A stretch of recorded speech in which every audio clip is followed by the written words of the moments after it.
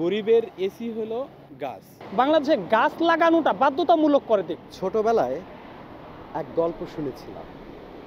গল্পটা ছিল এমন, রাজা তার রাজ্যে একজন সুখী মানুষের সন্ধান করছিলেন। রাজ্যের যখন সবাই ব্যর্থ সুখী মানুষের সন্ধান পেতে, তখন একজন সুখী মানুষ খুঁজে পাওয়া গিয়েছিল, যিনি হচ্ছে গাছের নিচে খালি গায়ে ঘুমিয়েছিলেন। তখন তাকে জিজ্ঞেস করা হয়েছিল, আপনি কি আসলে সুখী? তখন সে বলেছিল, হ্যাঁ, আমি সত্যিই সুখী। এই গল্পের সাথে ঠিক আমার পাশের যে মানুষটি ঘুমিয়ে আছে, সেই সুখের মিল ঠিক খুঁজে নাও পাওয়া যেতে পারে, তবে আমার মনে হচ্ছে তিনিও পুরোদস্তুর একজন সুখী মানুষ।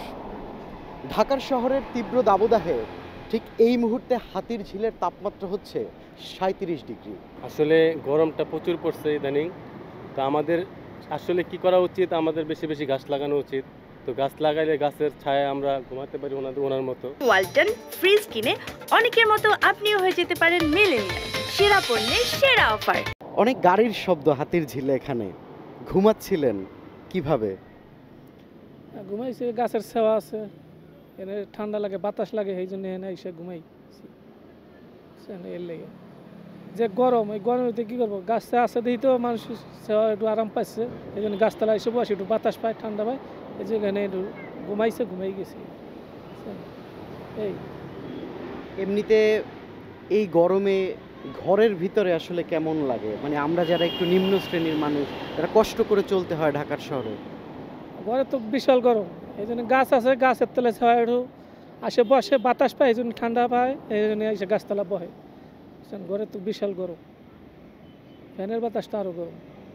এক রাজা একবার একজন সুখী মানুষ খুঁজে বের করতে বলছিল তার রাজ্যে, তো সুখী মানুষের খুঁজে পাওয়া যাচ্ছিল না।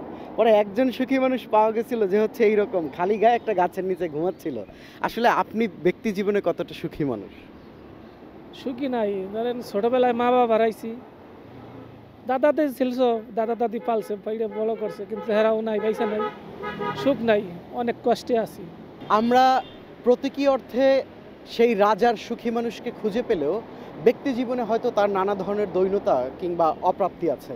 তারপরেও তিনি যে কথাটি বললেন, এই তীব্র গরমে যেখানে তিনি ঘরে থাকতে পারছেন না, সেখানে কিন্তু গাছতলায় এসে একটু স্বস্তির নিঃশ্বাস নিচ্ছেন।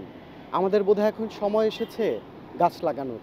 গাছ লাগাই, পরিবেশ বাঁচাই, এবং এই ধরনের তীব্র দাবদাহ থেকে আমাদেরকে আমরাই রক্ষা করি। Tanvir Limon, channel I.